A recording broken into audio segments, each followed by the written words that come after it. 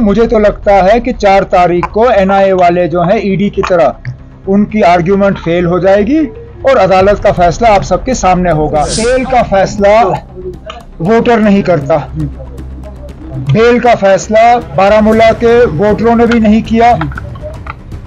कोई वोटर जो है बेल का फैसला नहीं करती। अब मामला अदालत के सामने है।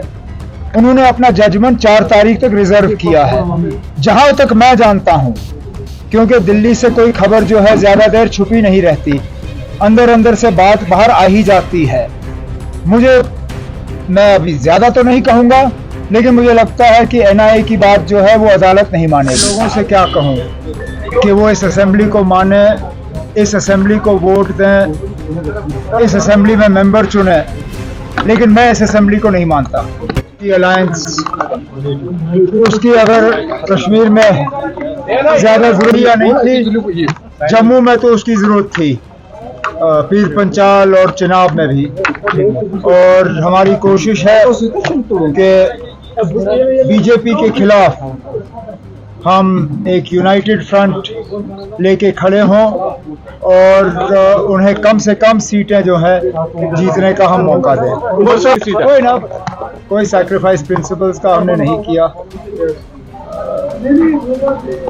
जो लड़ाई हम लड़ने जा रहे हैं,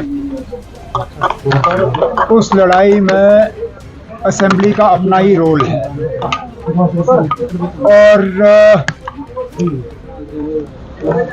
मैं लोगों से क्या कहूं कि वो इस असेंबली को माने, इस असेंबली को वोट दें, इस असेंबली में मेंबर चुने, लेकिन मैं इस असेंबली को नहीं मानता। जो लोग ये बात करते हैं उन्हें तो अपने रिश्तेदार खड़े किए। जो मेरे खिलाफ ये इल्ज़ाम लगाते हैं, किसी ने बेटा, किसी ने बेटी, कोई ना कोई तो रिश्तेदार उन्होंने रखा। अगर वो अपने ही प्रिंसिपल्स के इतने बड़े पाबंद हैं तो फिर तो उनको पूरी तरह से इससे बाहर रहना चाहिए था। खुद बाहर रह के किसी रिश्तेदार को रखने का क्या फ़ायदा। मैं मान के चलता हूँ कि फ़िलहाल इस असेंबली में उतनी ताकत नहीं है जितनी ताकत होनी चाहिए, लेकिन हम इस असेंबली के ज़रिए ही इस असेंबली को और ज़्यादा मजबूत कर सकते हैं।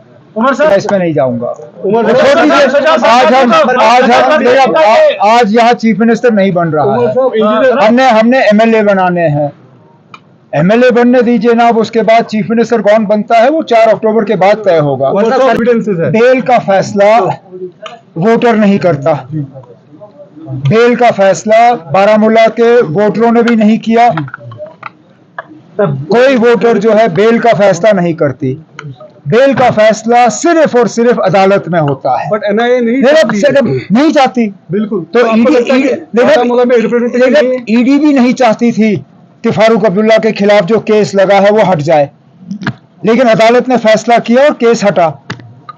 अब मामला अदालत के सामने है। उन्होंने अपना जजमेंट 4 तारीख तक रिजर्व किया है, जहां तक मैं जानता हूं, क्योंकि दिल्ली से कोई खबर जो है ज्यादा देर छुपी नहीं रहती, अंदर अंदर से बात बाहर आ ही जाती है।